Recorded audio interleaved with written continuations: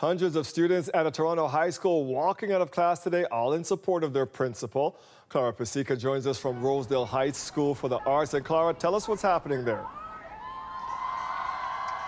Well, Dwight, these students walked out of their classrooms at 10 a.m. and this protest is still ongoing. They're protesting the fact that their principal, Barry Sketchley, has been told by the TDSB that after more than 3 decades, he needs to leave this school and they'll be getting a new principal. So they've come out with signs, stickers, even canvas bags where they have Barry Sketchley's face on these canvas bags to come out in protest of the Toronto District School Board's decision. Have a listen to some of these students. This just showed us how much we love our principal and we do not want him to go. So for the TDSB to even think of this really breaks my heart. He has founded the school 33 years ago and he built it into the school that it was today. I'm just really happy, to be here with my friends to fight for Mr. Sketchley to stay here and, retire here like he deserves. He's supported everyone at this school so much and he cares so much about the arts, and I just don't think the next principal is going to have the same values for the arts. A letter from the TDSB, Jennifer Chan's, this is a superintendent overseeing this, saying that, lots of these different decisions being made of which principals being moved to different schools. They'd be getting a vice principal coming to be the principal here, coming from another school, but certainly not something students or parents are taking lightly. There's actually been many parents who have come out to this protest to support their children, saying this school has meant everything, and this particular principal so welcoming, so inclusive. Some saying, their kids came not necessarily in a great mental place, and it was this principal that really turned things around. So they've come out and gave some emotional testimonies about just how important this principal is to them. Have a listen. We're really following the lead of the students. I mean, the parents are really outraged as well. But we're all doing this for our kids. It's, you can't underestimate how important the principal is. To move Barry Sketchley at this point in his career, I think is just on its face. It doesn't seem right. My daughter was accepted into Rosedale Heights. It was the first time she ever felt, I'm getting emotional. It was the first time she ever felt like she belonged. And Barry Sketchley was very instrumental in making that happen. Now, Principal Barry Sketchley unwilling to speak to us directly about this, but we did see him at a distance from this protest at the school. Many students coming up to him, saying things about him, wanting to take pictures with him. So we'll see if any of this shakes the decision that TDSB is going through with. But for now, the enthusiasm high at Rosedale School of the Arts. Clara, thank you. This today is also an appeal. Pride Toronto is asking for help amid major financial troubles. If we do not get the support that is needed, 2026 will be the festival that will be mostly impacted. The festival blames rising costs and the loss of major sponsors like Google, Home Depot, and Clorox for a $900,000 deficit. We potentially could lose our status as the largest Pride festival in North America. The organization has faced criticisms for mismanaging its finances in the past, but now Pride Toronto blames the political tensions in the U.S. targeting the 2S LGBTQI+ community. We believe that there is a direct connection between the policies that we're seeing coming out of the White House and the organizations that are pulling out. It's not just financial. We're talking about sending a message here. Lisa Del Cole is with PFLAG Toronto. It provides support and education to people who have questions about sexual orientation. She says although the growing rhetoric targeting the community is disheartening, it's also galvanizing. There is also a renewed sense of resiliency, if I can keep using that word, a renewed sense of pride, and just saying, fine, take your money, go, we're still going to be here. Meanwhile, other Canadian sponsors have stepped up, some even increasing their funding. We are all the same, we're all equal, and we got to fight the fight. The City of Toronto has also increased funding to the festival this year, but Pride Toronto says the province and Ottawa hasn't followed suit.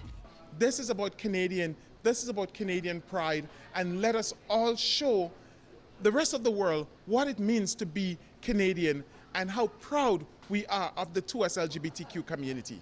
Pride Toronto says it's continuing to ask individuals and companies to help, and it believes it will raise the funds before the festival kicks off. With 2.5 weeks to go, the clock is ticking. Michelle Song, CBC News, Toronto. Could see that like he was fighting with everything that he had in him, and it's unfortunate that there was no one there to provide him the help that he needed when he needed it. Dakota Carrier wasn't prepared to witness the tragedy that unfolded on Saturday night. She and a group of car enthusiasts were at West Park Healthcare Center taking photos of their vehicles. At approximately 10 p.m., police were called to the nearby area of Emmett Avenue and Jane Street for a shooting. One witness told CBC Toronto that 2 young boys were screaming for help and carrying another boy who had been shot. That witness hailed down a car, and the driver dropped off the victim and his friends at the healthcare center where Carrier was. It is not a hospital, but instead provides specialized rehabilitation care. She says her group tried to help the injured boy, and she ran to the center's front doors to get their attention. I was wailing, I was screaming for help. I even made eye contact with some of the nurses and security guards that were in the building, and I'm not sure why, but none of them came out to help. Police and paramedics arrived and transported the boy to a hospital where he later died. He has been identified as Jakai Jack. University Health Network, which runs West Park Healthcare Center, says doors are locked daily at 9 p.m. There are nurses on site and physicians are on call. Should there be an emergency on property, they would call security personnel and maybe 911. In a statement, a spokesperson for UHN says it joins the community in expressing our deepest condolences to the young man's family and loved ones mourning this heartbreaking loss. The boys carrying the victim were already on hold with 911. Carrier and her friends did not make another call, worrying that they would flood the emergency line. Police say the first call came in at 10:01 p.m. That caller waited for 6 minutes and 43 seconds. Officers and EMS were on scene 10 minutes later. Police say the average wait time for all calls across the city that night was 10 minutes at 10 p.m. and more than 13 minutes at 10:15. We're doing everything we can to ensure that our 911 operations center is responding to people in a timely way. We're looking into the specifics behind that set of events. And we work very hard, tirelessly every day, frankly, to make sure that we're responding to Torontonians when they need us. Last month, TPS implemented new technology to improve those wait times. According to police, the average time waiting for a 911 operator this year is 1 minute and 2 seconds. I wish that things were done with more urgency, because I truly believe if they were, like, the boy would have a way better chance than what he did that night. Mayor Olivia Chow says the city will review the emergency services response in the wake of this incident. Dale Manukduk, CBC News, Toronto. On this street in Etobicoke, you will get attacked if you don't watch your back. These red-winged blackbirds are notorious for dive-bombing innocent pedestrians passing by, even children. Are you scared of the birds? Yes. It swooped down at me and then started it was flapping its wings, pecking my head real hard. When people are just passing through, get swooped on, and they're like they're being attacked by some invisible enemy. We kind of see them every year, but this year has been extra bad, I would say. When people are running, it seems to make things worse. The birds will follow them down the street. We've seen delivery drivers get repeatedly attacked while they're trying to deliver packages. So yeah, they're pretty evil birds. One of the homeowners who live here says her family stopped using the front door to avoid getting attacked, and scenes like these are playing out in different areas of the city, all because people were caught off guard at the wrong place at the wrong time. These birds are defending their nests. This is a purely defensive action. They're not out for blood. This is nesting season for red-winged blackbirds, and in fact, the peak of it. Abernathy says that means it's not just eggs inside the nest, it's actually chicks, and their dad is trying to defend them. As a result, they're aggressively driving away anything they perceive as a threat, which will include any potential predators, as well as people who have wandered a little bit too close to the nest sites themselves. The attacks tend to happen over a few weeks every year, leaving some wondering what could be done about it. I don't know. I wouldn't want to disrupt them, but at the same time, if people can't leave their house, I don't know. It wasn't nice getting hit in the head by a bird. I think we should move them to a quieter place where they won't be scared of people and try to hurt them. Turns out there's really nothing people can do because these birds are protected.